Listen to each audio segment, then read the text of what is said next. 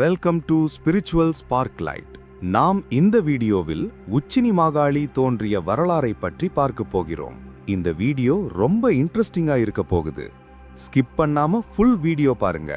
வாங்க வீடியோக்குள்ள போலாம். முன்பொரு காலத்தில் தேவர்களுக்கும் அசுரர்களுக்கும் பெரிய யுத்தம் நடந்தது. இரண்டு பக்கமும் பெரும் நாசம். நிறைய பேர் இறந்தனர். தேவர்கள் ஏராளமாக இறந்தபோது கவலை கொண்ட இந்திரன் விஷ்ணுவை அணுகி தாழ்பணிந்து காப்பாற்றும்படி கோரினர்.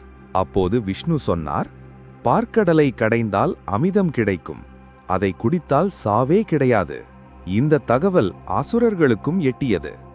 தேவர்கள் மட்டும் பார்க்கடலை கடைய முடியாது, அசுரர்களும் சேர்ந்துதான் அதை செய்ய முடியும்.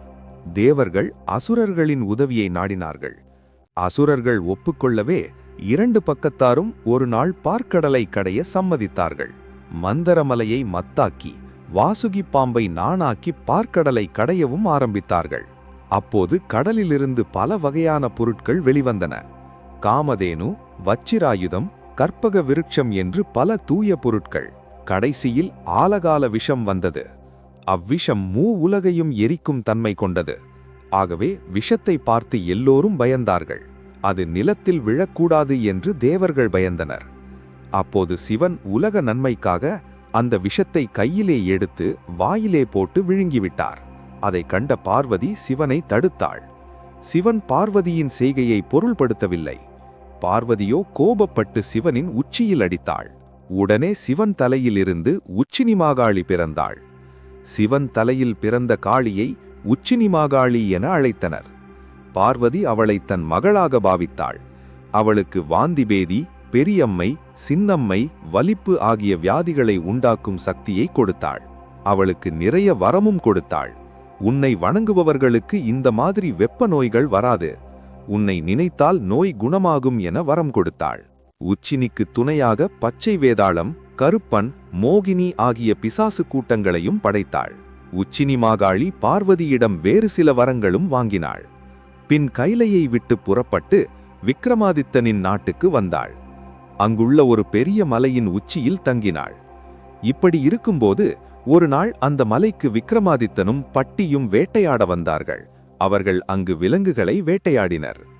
விக்ரமாதித்யன் களைத்து போனான். ஒரு மரத்தடியில் அமர்ந்தான். மந்திரி பட்டியிடம், தம்பி, தாகமாக இருக்கிறது, தண்ணீர் வேண்டும், எப்படியாவது கொண்டு வா என்றான். பட்டி காட்டுக்குள் சென்றான். பல இடங்களில் அலைந்தான். கடைசியில் ஒரு சுனையை கண்டான். பட்டி சுனையில் தண்ணீர் கோரியபோது அந்த பகுதியில் தெய்வீக மனம் கமழுவதை கண்டான். ஆனால் அவனுக்கு எதுவும் தெரியவில்லை. அந்த சுனையின் கரையில் உச்சினி மாகாளி வீற்றிருந்தது அவனுக்கு தெரியவில்லை. பட்டி சுனையிலிருந்து தண்ணீரை கோரினான். விக்ரமாதித்யனிடம் கொடுத்தான். அந்த நீரை குடித்ததும் விக்ரமாதித்யன் மயங்கினான். உடம்பு புத்துணர்ச்சி அடைந்தது அவனுக்கே தெரிந்தது. உலகத்தையே மறந்து உறங்கினான் அவன். அப்போது ஒரு கனவு கண்டான். கனவில் உச்சினி மாகாளி வந்தாள். அந்த சுனையின் அருகே தான் இருப்பதை உணர்த்தினாள். எனக்கு இங்கு ஒரு கோவில் கட்டுவாய் என்றாள். விக்ரமாதித்ய மன்னன் விழித்தான். கனவு கலைந்தது. தான் கண்ட அற்புத கனவை பற்றி பட்டியிடம் கூறினான். பட்டி, அரசே, அந்த சுனையில்தான் தெய்வீக மனம் கமழுகிறது, அங்கேயே கோவில் கட்டுவோம் என்றான். மன்னனின் ஆசைப்படியே அந்த இடத்தில் பெரிய கோவிலை கட்டினான் பட்டி. உச்சினி மாகாளியை அங்கு பிரதிஷ்டை செய்தான். கோவிலுக்கு ஏராளமான பொருட்களை கொடுத்தான். தங்கக் கட்டிகளையும் ஆபரணங்களையும் அளித்தான். அவையெல்லாம் அக்கோவிலிலேயே பல இடங்களில் புதைத்து பாதுகாத்து வைக்கப்பட்டன. இந்த நிகழ்ச்சிகள் நடந்து ஏராளமான வருஷங்கள் கழிந்தபோது உச்சினி மாகாளி கோவில் பாழடைந்து சிதைந்து கிடந்தது. அங்கு பூசை செய்ய ஆளில்லை. அப்போது ஒரு நாள் அந்த கோவிலுக்கு அயோத்தி பட்டினத்திலிருந்து ஒரு பிராமணன் வந்தான். அவன் அயோத்தி கோவிலில் பூசை செய்து வந்தவன். அயோத்தியில் பஞ்சம் ஏற்பட்டதால் அங்கிருந்து குடிபெயர விரும்பினான். அப்போது அவன் கனவில் உச்சினி மாகாளி வந்தாள். என் கோவிலுக்கு வா என அழைத்தாள். அதனால் அவனும் இங்கு வந்தான். உச்சினி கோவிலின் தர்மகர்த்தாக்கள் அயோத்தி பிராமணனை அக்கோவிலின் பூசாரியாக நியமித்தனர். கோவிலையும் சரி செய்தார்கள். அவனும் 3 வேளை பூசையை பக்தியோடு செய்ய ஒப்புக்கொண்டான். அப்படியே அவன் பூசை செய்து வந்தான். அயோத்தி நம்பியானுக்கு 7 பெண் மக்கள் இருந்தனர். 7 பேருமே திருமணத்திற்குரிய வயதை எட்டியிருந்தனர். ஆனால் அவர்களுக்கு கல்யாணம் செய்து வைக்க வசதியில்லை. அவனுடைய ஏழ்மை அவனை வதைத்தது.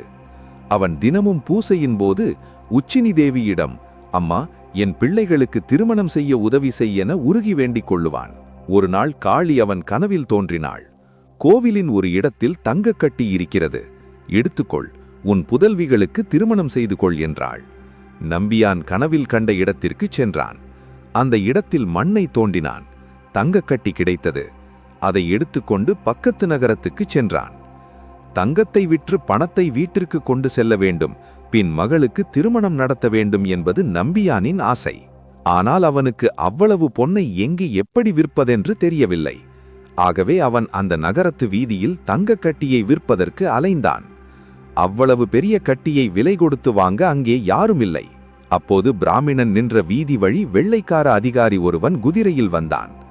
அவன் பிராமணனை பார்த்து, உன் பையை காட்டு என்றான். நம்பியானை சோதனை செய்தான். பிராமணனின் கையில் இருந்த பையில் நிறைய தங்கக்கட்டிகள் இருப்பதை பார்த்தான். அவன் திருடனோ என்ற ஐயம் அதிகாரிக்கு ஏற்பட்டது. வெள்ளைக்கார அதிகாரி பிராமணனை தன் அலுவலகத்துக்கு அழைத்துச் சென்றான். பிராமணனை அடித்து துன்புறுத்தி தங்கம் அவனுக்கு வந்த வரலாற்றை கேட்டான்.